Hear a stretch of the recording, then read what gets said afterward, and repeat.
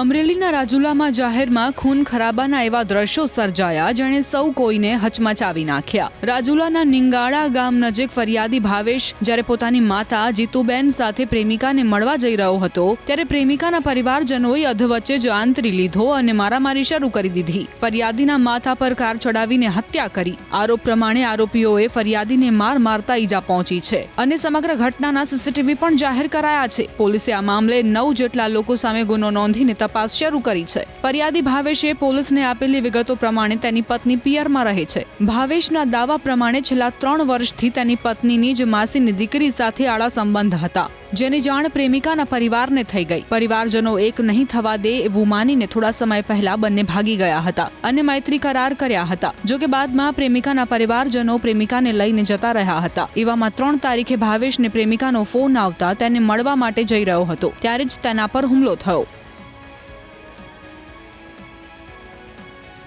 Murder, અપહરણ અને rioting મુજબનો ગુનો દાખલ કરવામાં આવેલો છે। ગુનાની વિગત એવી છે કે જે ગુનાના કામે ભોગ બનનાર ફરિયાદી જે છે એ ભાવેશ ભગવાનભાઈ ભીલ, એમને તેમના જે પત્ની છે એમના માસીના દીકરી જોડે પ્રેમ સંબંધ હતો અને એ દીકરી એ રાજુલા મુકામે જવા નીંગણ ગામે જવા નીકળેલ। એવે વખતે જે આરોપીઓ છે ગુનાના કામના કુલ 9 આરોપીઓ છે।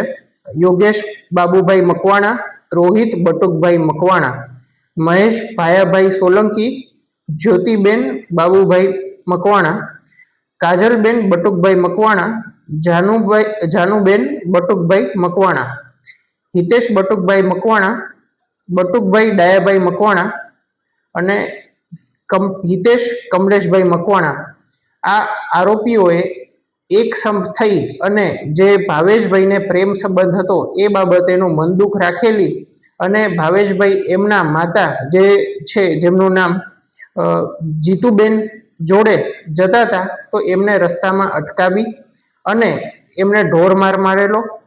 વધુમાં એ આરોપીઓ જે ગાડીથી આવેલા હતા તે ગાડી જે ફરિયાદી અને ભોગ બનનાર છે તેમના માતા જીતુબેન ઉપર ગાડી ચડાવી અને એમનું મોત નિપજાવેલ છે। વધુમાં જે ફરિયાદી છે એમનું અપહરણ કરી અને એમને ખારા ગામે તથા મહુવા મુકામે લઈ જઈ અને માર મારેલ છે। આ મુજબનો ગુનો દાખલ કરવામાં આવેલો છે।